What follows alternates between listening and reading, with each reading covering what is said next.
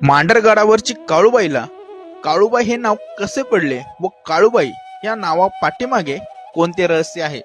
तर एका आख्यायिकेनुसार सतयुगामध्ये मांडव्य ऋषी गडावरती यज्ञ करीत असताना त्यांना लाक्यासूर नावाचा दैत्य त्रास देत होता. त्यामुळे यज्ञ कार्य सिद्धी मिळावी यासाठी मांडव्य ऋषींनी भगवान शंकरांना प्रसन्न करण्यासाठी तपश्चर्या सुरू केली.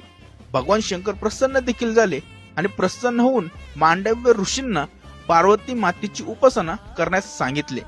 त्यानुसार ऋषी पार्वती देवीची तपश्चर्या करू लागले आणि देवी ऋषींच्या तपश्चर्या पाहून प्रसन्न सुद्धा झाली आणि प्रसन्न होऊन मी दैत्याचा संहार करण्यासाठी अवतार घेईल असे वचन सुद्धा दिले.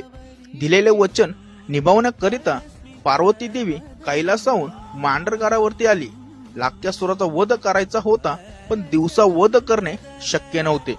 त्यामुळे देवीने लाक्यासुराचा वध रात्रीच्या वेळेस करण्याचे ठरवले आणि पौष पौर्णिमेच्या मध्यरात्री त्या दैत्यासोबत युद्ध करून देवी पार्वतीने त्या लाक्यासुराचा वध केला. त्याच्या रक्तापासून पुन्हा दैत्य जन्मू नयेत म्हणून त्याचे रक्त हे प्राशन केले. लाक्यासुराचा वध केल्यानंतर देवी मांढरगडाच्या डोंगरावरती चढून गेली आणि भाविकांसाठी व त्यांच्या संरक्षणासाठी ती तिथे स्थानापन्न झाली.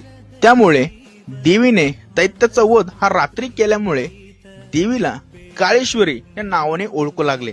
मग पुढे याच नावाचा अपभ्रंश होऊन काळूबाई या नावाने सुद्धा ओळखू जाऊ लागले. अशा प्रकारे देवीला काळूबाई हे नाव पडले.